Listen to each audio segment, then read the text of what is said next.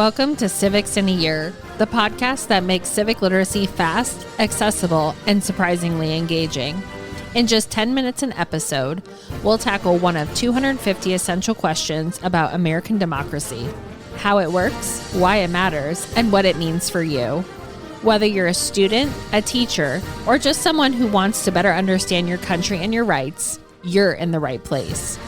Civics in a Year is powered by the Civic Literacy Curriculum from the Center for American Civics and is produced in partnership with the School of Civic and Economic Thought and Leadership at Arizona State University.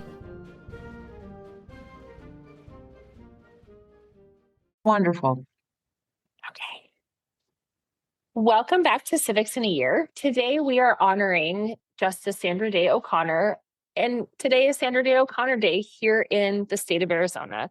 Justice O'Connor was the first woman to serve on the U.S. Supreme Court, a trailblazer in law and public service, and a lifelong champion for civic education. In today's episode, I am joined by Sarah Suggs, President and CEO of the Sandra Day O'Connor Institute here in Arizona. And we're going to talk about her Arizona roots, her groundbreaking career, and why her legacy continues to shape how we think about democracy today. So Sarah, thank you so much for being here. My first question, Sandra Day O'Connor was the first woman to serve on the U.S. Supreme Court, but she also has deep Arizona roots. Can you share a little bit about her story and why her career was so groundbreaking? Yes, and thank you for having me today, Liz. Well, Sandra Day grew up on the Lazy Bee Ranch in southeastern Arizona, roughly 200,000 acres that spanned Arizona and New Mexico. She lived so far from school that her parents sent her to live in El Paso with her grandparents so that she could receive her education. She graduated at the age of 16 from her high school, and all her life, the only university she heard her father talk about was Stanford. So that's the one university she applied. She was accepted at a very young age and went on to become a very top student. I think her background at the Lazy Bee was really profound in helping to shape not just her character, but her grit and resilience, finding a way for solutions, working with the cowboys, going out on trail rides, standing up to harsh elements. Those things helped form her character, I believe.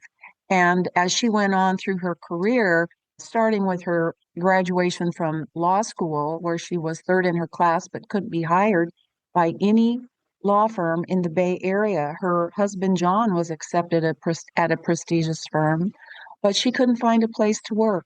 So she somehow managed to connect with the city manager of San Mateo, the city attorney, and convinced him to let her volunteer. So she worked for no pay, just so that she could practice law. And eventually he found a stipend to pay her, and she worked right next to his secretary, and that's how she got her start.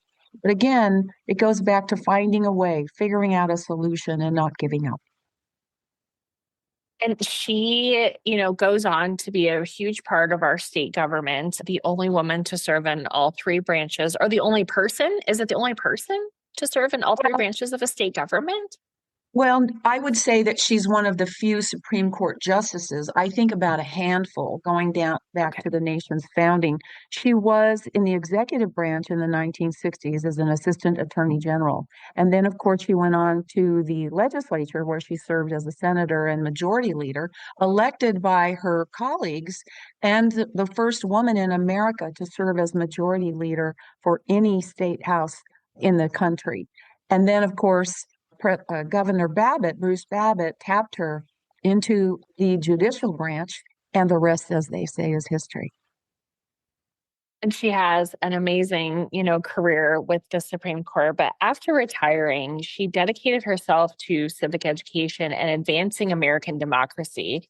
Why do you think she saw educating young people as such an important part of her legacy?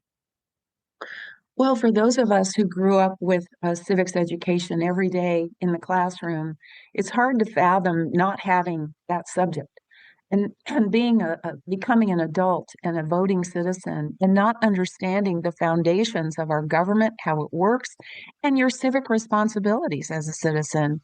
So she has, as you know, championed two nonprofits, iCivics and the Sandra Day O'Connor Institute, which was originally founded as O'Connor House in 2009. And that was a movement to save her historic home from demolition, and it's now listed on the National Register of Historic Places.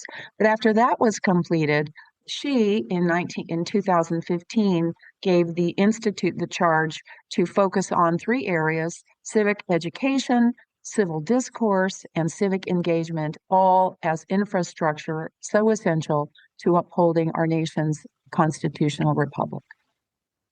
And I do want to say the Sandra Day O'Connor Institute they have a website. I know there's really great policy briefs. Even though this is an Arizona-based place, there is stuff for teachers around the nation. There's a lot of things. So I do want to make sure that anybody listening to this right now understands that although the Sandra Day O'Connor Institute is housed here in Arizona, we're very, very proud of that. There is stuff for anybody on the website, which will be in our show notes. Oh, without a doubt. And thanks for bringing that up. We have an office in Washington, D.C.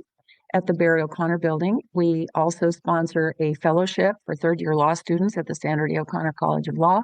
We have participants in all of our programs from all 50 states in the nation, and our resources for all multi-generations are available through our civicsforlife.org website.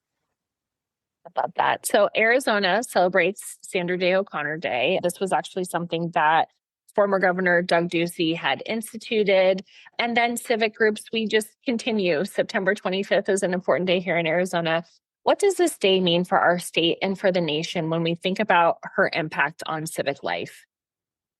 Well, when Governor Ducey issued the proclamation and we were there, it was a proud day.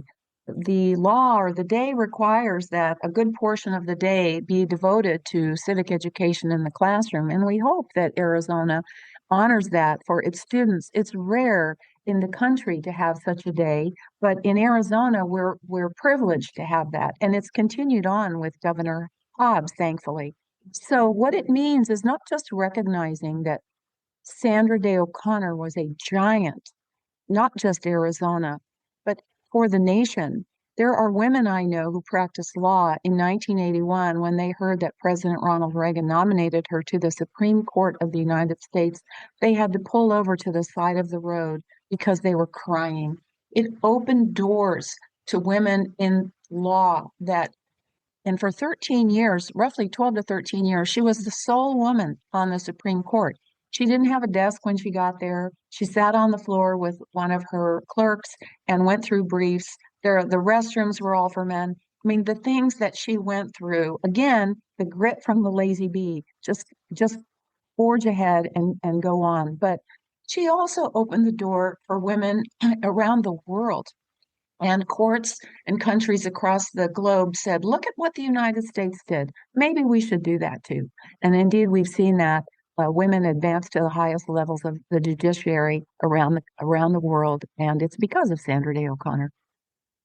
Yes, and we are so proud to have her as an Arizonan, and I know that you had a close personal relationship with late Justice. I got to meet her plenty of times, and she genuinely was a champion for civic education, advancing American democracy. So Sarah Suggs, thank you so much for being on our Civics in a Year podcast and celebrating Justice O'Connor with me. Thank you for the honor. Thanks for joining us on another episode of Civics in a Year. If you enjoyed this episode, be sure to subscribe and share it with someone who cares about a constitutional republic as much as you do. For more episodes, resources, and updates, follow us on social media or visit us at civics.asu.edu. Make sure to check out the show notes for any relevant links. Special thanks to the United States Marine Band for their performance of the Stars and Stripes Forever. Let's keep building a stronger constitutional republic, one episode at a time.